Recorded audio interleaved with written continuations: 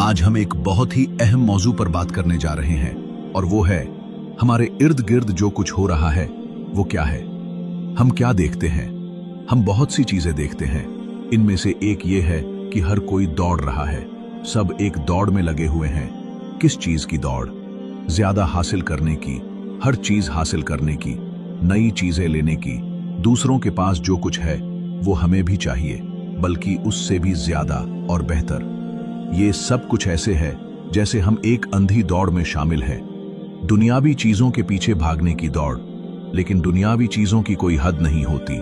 लोग अक्सर एक मिसाल देते हैं मोबाइल फोन की। हमारे पास एक अच्छा फोन हो जो हमारा काम कर रहा हो, हम फिर भी नया चाहते हैं।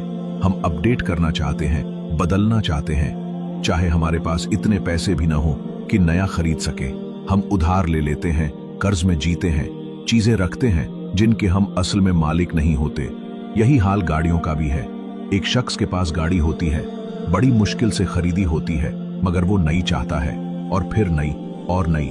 वो दूसरों की गाड़ी देखता है और वो भी चाहता है, और यूं वो कभी खुश नहीं होता उस चीज से जो उसके पास है, क्योंकि वो हमेशा दूसरों की चीजों को देखता रहता है। हमें बतौर मुसलमान सिखाया गया है कि जो कुछ अल्लाह ने दिया है उस पर खुश रहें, अपने पास जो कुछ है उस पर गौर करें, उसी पर तवज्जो दें और अल्लाह का शुक्र अदा करें कि उसने आपको क्या दिया है और कहां रखा है।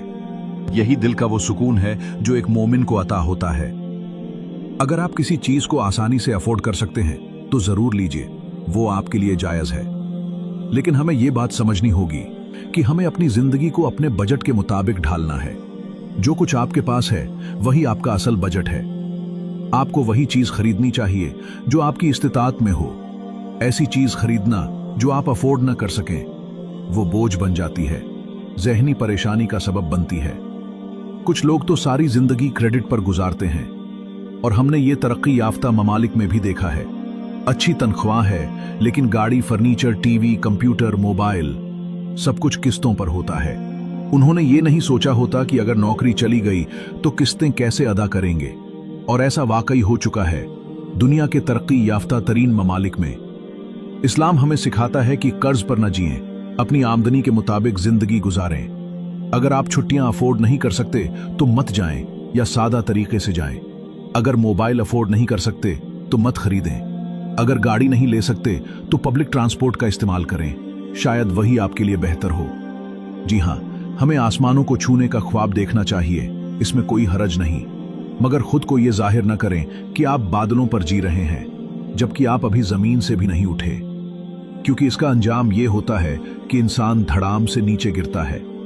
इसीलिए कि माद्दा परस्ती की दौड़ कभी खत्म नहीं होती। जितनी तेजी से हम इसके पीछे भागते हैं वो और तेज हो जाती है, और हम इसी दौड़ में लगे रहते हैं बगैर किसी मंजिल के।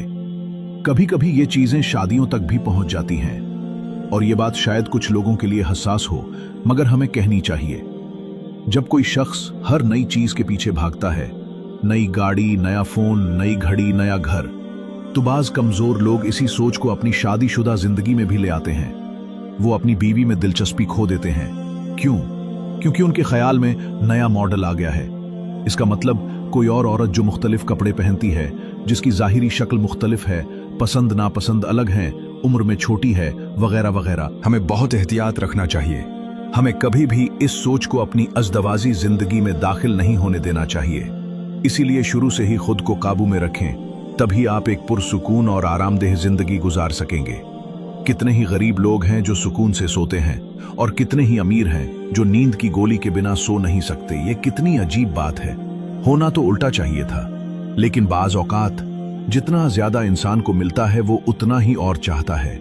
इसीलिए अल्लाह ताला हमें कभी कभी पीछे रखता है ताकि हम सुकून से सो सकें, खुशहाल घर में जिंदगी गुजार सकें। बहुत से लोग जब उनके पास पैसा भी होता है, वक्त भी और सेहत भी, तो वे गुनाह की तरफ माइल हो जाते हैं। वे चाहते हैं कि ये सब कुछ जुआ खानों में उड़ाएं या उन लोगों पर खर्च करें जिन पर खर्च करने की इजाजत नहीं, या नाजायज ताल्लुकात में मुलव्विस हों सिर्फ इसलिए कि उनके पास सहूलत मौजूद है। चुनाचे बाज औकात अल्लाह ताला अपनी रहमत से हमें कम दौलत देता है ताकि हम उन रास्तों पर न जाएं। बाज औकात वो हमें कम सेहत देता है ताकि हम वे गुनाह करने के काबिल न हों। और कभी हमें मासरूफ रखता है ताकि हमारे पास वक्त ना हो उन चीजों में पड़ने का। और यूं हमारा घराना खुश रहता है, जिंदगी पुरसुकून होती है, खानदान बेहतर होता है और हमारे बच्चे हमारे साथ होते हैं, हमारे पास बैठकर खाना खाते हैं और मोहब्बत भरा माहौल होता है। जबकि बाज वे लोग जिन्हें अल्लाह ने बहुत कुछ दिया होता है, वे अपने बच्चों के साथ बैठकर एक खाना भी नहीं खा पाते। उनके बच्चे उनसे दूर हो जाते हैं, रिश्ता सिर्फ जाहिरी या दिखावे का रह जाता है। हम अल्लाह ताला से दुआ करते हैं कि वो हमें उनमें से न बनाए। हाँ, कुछ लोग होते हैं जो दौलत के बावजूद उसे सही जगह खर्च करते हैं और वो दौलत उनके अखलाक और किरदार को मनफी अंदाज में नहीं बदलती, क्योंकि अक्सर दौलत इंसान को बिगाड़ देती है। या अगर यूं कहें तो बेहतर होगा कि दौलत किसी को बिगाड़ती नहीं, बल्कि उसे मौका देती है कि वो असल में जो अंदर से था वो जाहिर हो जाए। जैसे एक शख्स जो किसी के मातहत काम कर रहा हो, उसका बॉस उसे कोई नापसंदीदा बात कह दे तो वो दिल ही दिल में गुस्से से भर जाता है, लेकिन जाहिर नहीं कर पाता क्योंकि उसके पास इख्तियार या दौलत नहीं होती।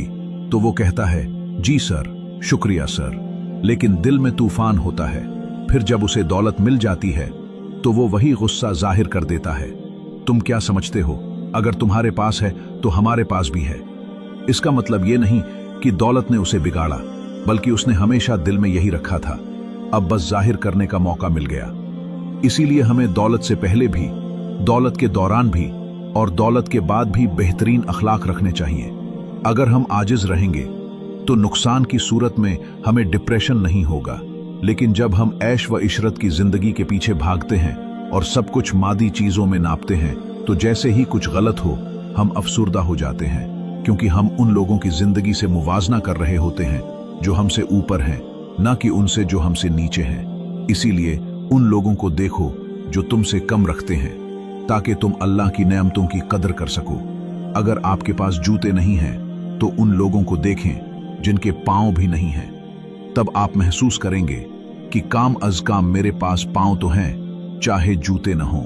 और ये सिर्फ एक मिसाल है, ऐसी बेशुमार मिसालें हैं। आजकल के नौजवानों के लिए मीडिया का किरदार बहुत बड़ा है। मीडिया लोगों को ऐसी चीजों की ख्वाहिश दिलाने में बड़ा किरदार अदा करता है जिनकी उन्हें हकीकत में जरूरत नहीं होती। इसीलिए हमें चाहत और जरूरत के फर्क को समझना चाहिए। अगर किसी चीज की जरूरत है तो वो अलग बात है, लेकिन अगर किसी चीज की सिर्फ चाहत है तो हमें सोचना चाहिए, क्या हम उसे अफोर्ड कर सकते हैं, क्या वो जरूरी है।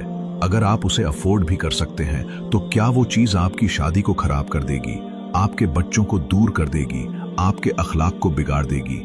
अगर ऐसा है तो उसे छोड़ दें। ये सिर्फ एक ख्वाहिश है, जरूरत नहीं।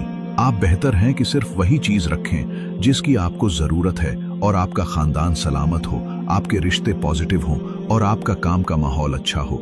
ये उससे कहीं बेहतर है कि आपके पास सब कुछ हो लेकिन न कोई दोस्त हो, न खानदान, न जिंदगी में खुशी। और इसीलिए मैं दोबारा दोहराना चाहूंगा और इसी बात पर खत्म करूंगा।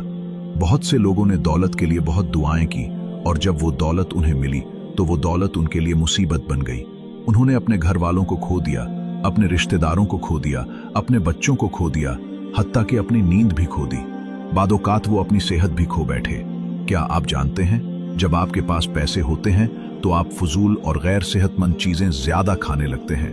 बादोकात अल्लाह ताला आप पर यह मेहरबानी करता है कि आपके पास वो सब कुछ नहीं होता और यही वजह है कि आप सेहतमंद रहते हैं, जबकि जिनके पास सब कुछ होता है वो बीमारियों में मुब्तला हो जाते हैं। तो ये भी अल्लाह की एक नेमत हो सकती है।